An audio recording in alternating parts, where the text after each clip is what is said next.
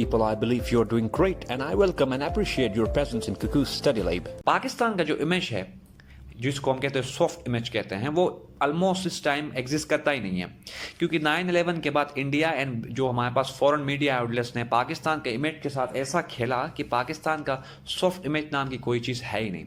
तो पाकिस्तान आप अपनी जियो इकोनॉमिक्स के थ्रू जो फॉरेन पॉलिसी की ओरिएंटेशन है उसके थ्रू चाहता है कि वो एक्टिव कंस्ट्रक्टिवली स्टेट्स के साथ इंगेजमेंट करे ताकि उसका जो एक बुरा इमेज है उसको दोबारा से ठीक किया जा सके। तो एक रीज़न ये है।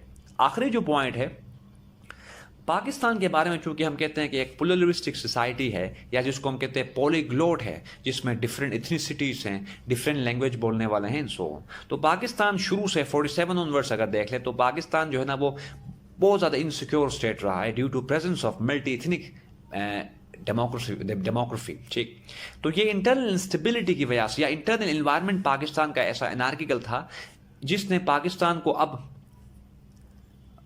ये रियलाइज कराया कि हाँ पाकिस्तान अगर मतलब अपनी फॉरेन पॉलिसी के ओरिएंटेशन को अगर जियो पॉलिटिक्स की बेस पे ही कंटिन्यू रखता है तो Pakistan will not be in position to work toward maintaining federalism as a political arrangement to govern the country. तो ये हमारे पास कुछ ऐसी डेवलपमेंट्स और इवेंट्स थे जिन्होंने नेसेसिटेट कराया या जिन्होंने पॉलिसी मेकर्स को रियलाइज कराया कि नहीं Pakistan should alter it's foreign policy orientation. आगे हमने यहाँ पे एक स्टेटमेंट मेंशन की है कि cloaking foreign policy with a geopolitical attire was more of a necessity than choice. अब यहाँ पे हम जो ऊपर हमने पॉइंट्स देखे वो तो थे वो कौन से फैक्टर्स थे जिनकी वजह से फॉरेन पॉलिसी ओरिएंटेशन चेंज हुई। यहाँ पे जो स्टेटमेंट है कोटेशन मार्क्स में, इसमें हम ये बताने की कोशिश करें या समझने की कोशिश करें कि पाकिस्तान की जो फॉरेन पॉलिसी की जो आउटलुक या ओरिएंटेशन जियो पॉलिटिक्स थी वो पाकिस्तान की चॉइस नहीं थी, बल्कि रीजनल इन्वायरमेंट ऐसा था कि जिसने पाकिस्तान को नेसेसिटेट किया कि वो जियो पॉलिटिक्स को orientation as an orientation adopt करें। जैसे कि इंडिया के बारे में कहते हैं कि India's aggressive behaviour towards Pakistan, सही। फिर उसके बाद इंडिया जो रीजनल हेजेमोनिक डिजाइन्स इंडिया के थे उसने भी पाकिस्तान को एक सिक्योरिटी स्टेट बनने पर मजबूर किया। अब से जहां कहीं भी जियो पॉलिटिक्स की बात आएगी आप लोगों ने फॉर द टाइमिंग समझना है कि we are talking about Pakistan becoming a security state due in part to its exercise of geo politics as an orientation.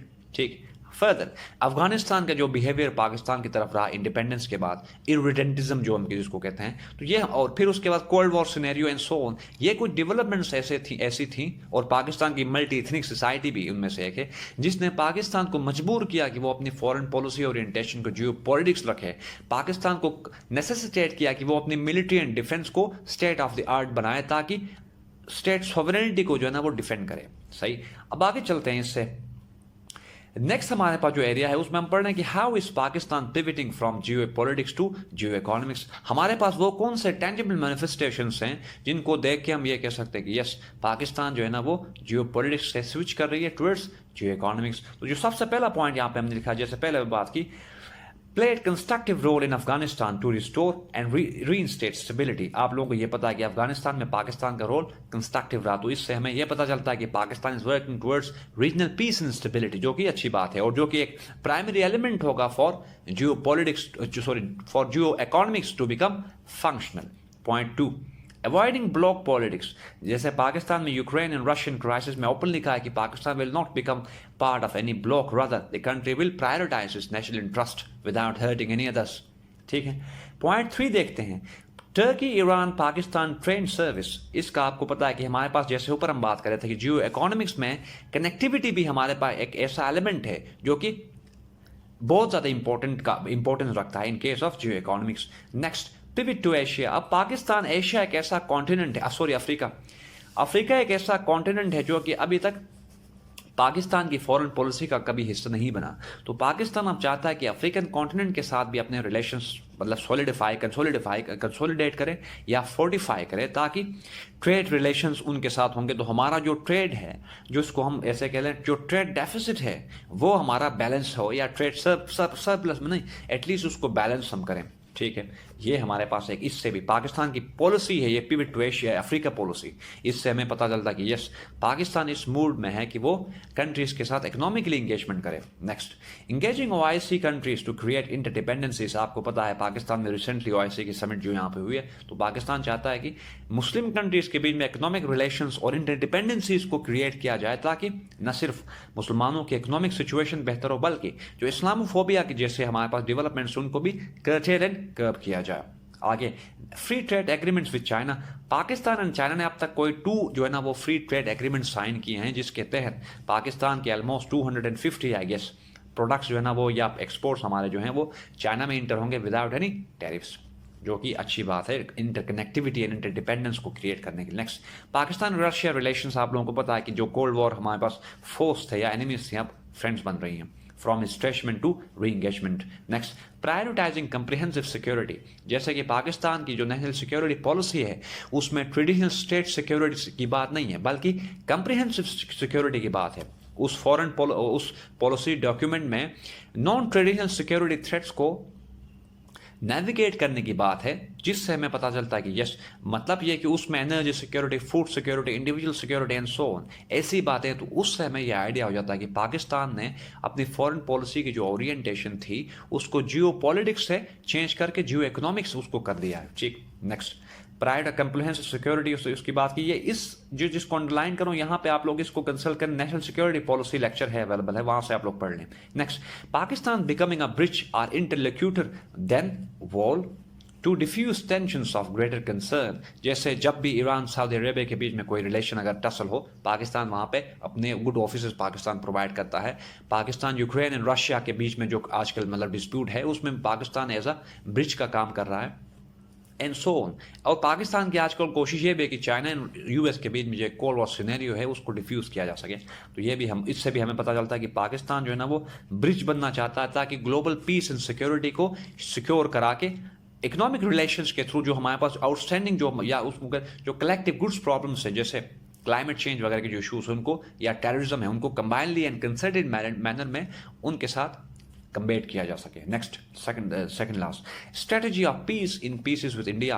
अब जैसे कि पीएम इमरान खान प्रीवियस जो गवर्नमेंट थी उन्होंने इंडिया को ऑफर किया था कि अगर वो एक स्टेप ले लेते हैं तो पाकिस्तान 10 लेगा, आई गेस यस ऐसी बात। तो इंडिया को भी हमने चाहा कि इकोनॉमिकली इंडिया को इंगेज करें। ठीक है, मतलब जो नॉन पॉलिटिकल इश्यूज हैं पहले उनको रिजॉल्व करें, फिर उसके बाद पॉलिटिकल इश्यूज की तरफ चले जाएं। यानी कि पहले ट्रेड रिलेशंस हों, जब इंटरडिपेंडेंसीज क्रिएट होंगे बिटवीन पाकिस्तान एंड इंडिया, तो फिर पाकिस्तान इंडिया जो है ना वो कभी इस पोजीशन में नहीं होंगे कि वो एक दूसरे को इग्नोर कर सकें। सही, जब ऐसी सिचुएशन होगी तो तब जो इश्यूज दोनों कंट्रीज के बीच में हैं वो भी रिजॉल्व होंगे। आखिरी पॉइंट, नेशनल सिक्योरिटी पॉलिसी। अब नेशनल सिक्योरिटी पॉलिसी हमारे पास एक ऐसी मतलब टेंजिबल मैनिफेस्टेशन है या एक ऐसी डेवलपमेंट है पाकिस्तान की हिस्ट्री में, जिससे हमें यह पता चलता है कि यस पाकिस्तान के जो पॉलिसी मेकर्स हैं या डिसीजन मेकर्स हैं उनको ये बात रियलाइज हो गई है कि पाकिस्तान फर्दर सिर्फ स्टेट सिक्योरिटी को प्रायोरिटाइज करके प्रॉस्पेरिटी एंड डेवलपमेंट को गेन नहीं कर सकता, बल्कि पाकिस्तान अगर डेवलप नेशंस की लिस्ट में आना चाहता है तो पाकिस्तान को चाहिए कि वो कंप्रिहेंसिव सिक्योरिटी या ह्यूमन वेलफेयर को प्रायोरिटाइज करे। तभी जाके पाकिस्तान में जो पॉपुलेशन है, जो यूथफुल डायनेमिज्म है, वो फुली चैनलाइज होगा और वो एज अ डिविडेंड होगा, ठीक, फॉर पाकिस्तान इकोनॉमिक ग्रोथ। तो ये तो हमने देखा कि यहाँ तक जो है पाकिस्तान की फॉरेन पॉलिसी, अब ये हमें समझ आ गया कि यस हमारी जो ओरिएंटेशन है फॉरेन पॉलिसी की वो चेंज हो गई है from geo politics to geo economics. अब इस सेक्शन में यानी 5 जो नंबर 5 है इसमें हम लिखेंगे is the new foreign policy orientation without orientation नहीं बल्कि सिर्फ ओरिएंटेशन, क्योंकि हम इसको आप लोग इसको कंसिडर ना करें। यहाँ पे लिखा है इस Pakistan new foreign policy orientation without challenges. क्या जियो इकोनॉमिक्स की हमारी जो ओरिएंटेशन है इसके लिए क्या चैलेंजेस हैं? यस, हमने अब जैसे कि आप लोगों को बताया कि कोई भी पॉलिसी हो उसको वो नो पॉलिसी विदाउट चैलेंजेस। ठीक, यहाँ पे हमने लिखा है host of challenges. Pakistan is unlikely to escape geopolitical demons. सबसे पहले हमारे पास जो चैलेंज है वो अनस्टेबल अफगानिस्तान है। अफगानिस्तान में जब तक स्टेबिलिटी नहीं होती रीजनल इंटरकनेक्टिविटी एंड इंटरडिपेंडेंस तो सवाल पे नहीं था। Point 2, India's ब्रिंगमैनशिप। इंडिया का जो बिहेवियर पाकिस्तान के साथ अब लास्ट 2 और 3 ईयर से रहा है आप लोगों को पता है, तो जब ऐसा होगा, ऐसा बिहेवियर होगा, वॉर लाइक सिचुएशन होगी बिटवीन टू नेबरिंग नेशंस, तो वहाँ पे तो ट्रेड की बात तो हो ही नहीं सकती। तो ये एक इशू है। Next, new trilateral cold war. अब Russia, China and United States के बीच में जो हमारे पास एक न्यू कोल्ड वॉर है, पाकिस्तान न चाहते हुए भी उस कोल्ड वॉर का हिस्सा बन रहा है, क्योंकि इंडिया के बारे में ये कहा जाता है, ग्लोबल पॉलिटिकल जो कमेंटेटर्स है वो कहते हैं कि इंडिया जो है वो जो न्यू कोल्ड वॉर है उसको लेके साउथ एशिया में इंटर हो रहा है, ठीक, क्योंकि इंडिया एंड यूएस के बीच में जो रिलेशंस हैं, स्ट्रेटेजिक रिलेशंस, उन रिलेशंस ने पाकिस्तान को कंपेल किया या पाकिस्तान को ड्रैग किया टुवर्ड्स चाइना एंड रशिया। तो ये हमारे पास एक इशू है पाकिस्तान के लिए, बल्कि पाकिस्तान की जो न्यू फॉरेन पॉलिसी ओरिएंटेशन है उसके लिए एक इशू है। नेक्स्ट, कश्मीर इशू है। आप लोगों को पता है इंडिया के पाकिस्तान के बीच में जब तक ये इशू सॉल्व नहीं होता तब तक कुछ नहीं हो सकता। नेक्स्ट, इकोनॉमिक अनसर्टेनिटी है। पाकिस्तान जब तक डिपेंडेंट है फॉरेन और एक्सटर्नल हेल्प और एड पर डिपेंड करता है, तब तक पाकिस्तान जो है ना वो सेल्फ रिलायंट और सेल्फ सफिशिएंट नहीं हो सकता। अब अगर ऐसा होगा तो पाकिस्तान कैसे रिसर्च एंड डेवलपमेंट के थ्रू अपनी एक्सपोर्ट बेस को पाकिस्तान जो है ना वो इंक्रीज करेगा। सो इकोनॉमिक डिपेंडेंसी जो है ना वो पाकिस्तान की फॉरेन पॉलिसी जो आउटलुक है उसकी सक्सेस में एक हर्डल है। Next, dearth of democratic polity perpetuating dependency and inviting foreign dictation। Recently जो हुआ आप लोगों के सामने है, हमारी यहाँ पे पॉलिटिकल इंस्टेबिलिटी थी, उस इमेच्योरिटी की वजह से ही पाकिस्तान में ये जो हुआ वो उसी का नतीजा है। Point 7, narrow export base. अब ये कुछ इश्यूज है जिनके थ्रू अगर हमारी फॉरेन पॉलिसी जो है ना वो literature or in on paper अगर वो जो इकोनॉमिक्स है तो भी कोई फायदा नहीं। वजह हमारा एक्सपोर्ट बेस जो है ना लिमिटेड है, रॉ मटेरियल पर रिलाई करते हैं, हम उसी को एक्सपोर्ट करते हैं। Next, unskilled labour force or human agency, cartelisation of industry. आप लोगों को पता है शुगर इंडस्ट्री सर्टन हैंड्स में है, फर्टिलाइजर सर्टन हैंड्स में है। जब कार्टेलाइजेशन होगी तो वहां पर कंपटीशन नहीं है, कंपटीशन नहीं होगी तो जो प्रोडक्ट की जो क्वालिटी होगी वो सब स्टैंडर्ड की होगी। सही, सब स्टैंडर्ड की होगी, इसका मतलब मार्केट में जो मैन्युफैक्चरर्स है वो कम है, तो इसका मतलब यह है कि जो प्रोडक्ट कंज्यूमर्स परचेस करेंगे वो लो क्वालिटी के होंगे लेकिन कॉस्टली होंगे। तो ये कुछ इश्यूज हैं जो पाकिस्तान की जो न्यू फॉरेन पॉलिसी ओरिएंटेशन है वो फेस कर रही है। Next, point 6, is there is any hope in there. क्या कोई उम्मीद है कि जियो इकोनॉमिक जो है ना वो कामयाब होगी। कुछ पॉइंट्स यहाँ पे हैं जिनसे लगता है कि यस, अगर ऐसा हुआ तो पाकिस्तान की जो न्यू फॉरेन पॉलिसी है, ओरिएंटेशन है फॉरेन पॉलिसी की, उसका फायदा हो सकता है। Point 1, power transition and economic activities gravitating from Euro-Atlantic to Indo-Pacific। global power जो है ना वो transition है from Euro-Atlantic to Asia Pacific कर ले या इंडो पैसिफिक कर ले, बात एक ही है। तो इससे हमें यह समझ आता है कि यस, पाकिस्तान जो सैंक्शंस फेस करता रहा है या वेस्टर्न नेशंस के ऊपर जो डिपेंडेंसी का एलिमेंट पाकिस्तान को रोकता रहा है अपने फॉरेन नेशनल इंटरेस्ट को परस्यू प्रायोरिटाइज करने से, तो अब जब ग्लोबल पावर, पॉलिटिकल इन्फ्लुएंस और क्लाउड, इकोनॉमिक एक्टिविटी शिफ्ट होगी या उसकी ट्रांजिशन होगी एशिया पैसिफिक में, तो पाकिस्तान उस डिपेंडेंसी का जो चेन है उसको ब्रेक कर सकता है। ठीक, जब ब्रेक करेगा तो पाकिस्तान एक इंडिपेंडेंट फॉरेन पॉलिसी बनाएगा अपने नेशनल इंटरेस्ट को परस्यू करने के लिए। तो ये एक अच्छी बात है या एक हमारे पास एक होप है या prospective for Pakistan. Point 2, regional comprehensive economic partnership. जैसे ये दुनिया का सबसे बड़ा ट्रेडिंग ब्लॉक है जो कि 2020 में ये साइन हुआ है और चाइना इसको लीड कर रहा है, लार्जेस्ट ट्रेडिंग ब्लॉक है। ये भी पाकिस्तान के लिए एक अच्छी बात है कि पाकिस्तान उस ट्रेड ब्लॉक का हिस्सा बन के अपने प्रोडक्ट्स को एक नई मार्केट पाकिस्तान एक्सप्लॉइट कर सकता है। Point 3, national security policy is a tangible manifestation और realisation on part of Pakistan decision makers about importance of Jio economics. ठीक, तो ये हमारे पास कुछ पॉइंट्स थे जिनको देख के या जिनको पढ़ के हमें आइडिया हो जाता है कि यस, ऑल दो चैलेंजेस हैं लेकिन होप्स भी हैं। पॉइंट 7, क्या फ़ायदे हैं न्यू फॉरेन पॉलिसी ओरिएंटेशन के, या हम ऐसे इसको पढ़ते हैं कि जियो इकोनॉमिक्स के क्या फ़ायदे होंगे पाकिस्तान को। कुछ पॉइंट्स जो लिखे हैं, discovering new markets and or export destinations, ऊपर जैसे हमने बात की पिविट टू अफ्रीका है सो, तो ये पाकिस्तान न्यू मार्केट्स को डिस्कवर कर सकता है और उनको एक्सप्लॉइट कर सकता है। नेक्स्ट, मीटिंग एनर्जी नीड्स, जैसे सेंट्रल एशियन रीजन्स को हमने एंगेज किया है और हम चाह रहे हैं कि हम एज अ ब्रिज उनको मतलब अपनी सर्विसेज प्रोवाइड करें ताकि वो जो हमारे पास अरेबियन सी जो वार्म वाटर से उनको अप्रोच कर सकें, और इन एक्सचेंज या ऐसे कह लें कि हम उनसे एनर्जी नीड्स एंड फ्यूल जो हमें चाहिए, गैस वगैरह, वो वहाँ से लें और हम उनको एक पाथवे प्रोवाइड करें ताकि वो अरेबियन ओशन को या इंडियन ओशन को अप्रोच कर सकें। तो ये हमारे पास है कि इसका बेनिफिट होगा। Point 3, becoming trade and connectivity hub, ऊपर हम इस पे बात कर चुके हैं। Next point 4, perpetuating peace via interdependence. अब जैसे हमारे पास पॉलिटिकल साइंस में एक साइंटिस्ट हैं, वो कहते हैं कि इकोनॉमिक्स हमेशा नेशंस को कंबाइन रखती है जबकि पॉलिटिक्स डिवाइड करती है, या ऐसे कह लें economy unites whereas political divides.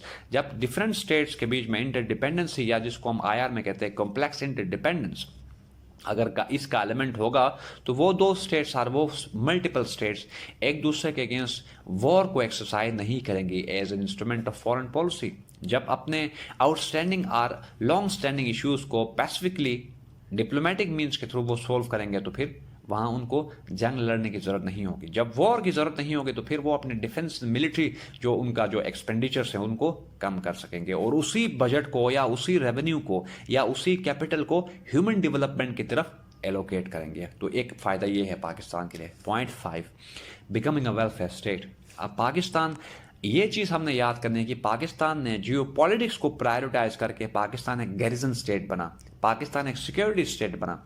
अब जब हम अपनी फॉरेन पॉलिसी की ओरिएंटेशन को जियो इकोनॉमिक लाइंस पर उसको बेस करते हैं तो Pakistan will surely be a welfare state because geoeconomics is all about prioritising individual welfare and security. So आज के इस टॉपिक से हमें यह समझ आया कि पाकिस्तान की जो न्यू फॉरेन पॉलिसी ओरिएंटेशन है वो पाकिस्तान की नेसेसिटी है।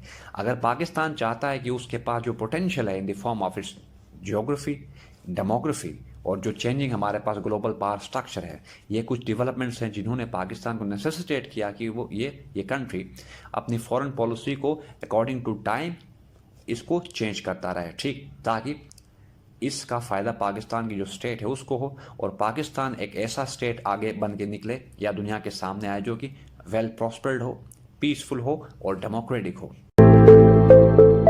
So this is all for today, people. If you got any confusion related to this topic, please let me know about your issues through your comments. I will address them in my next lecture. Thank you very much.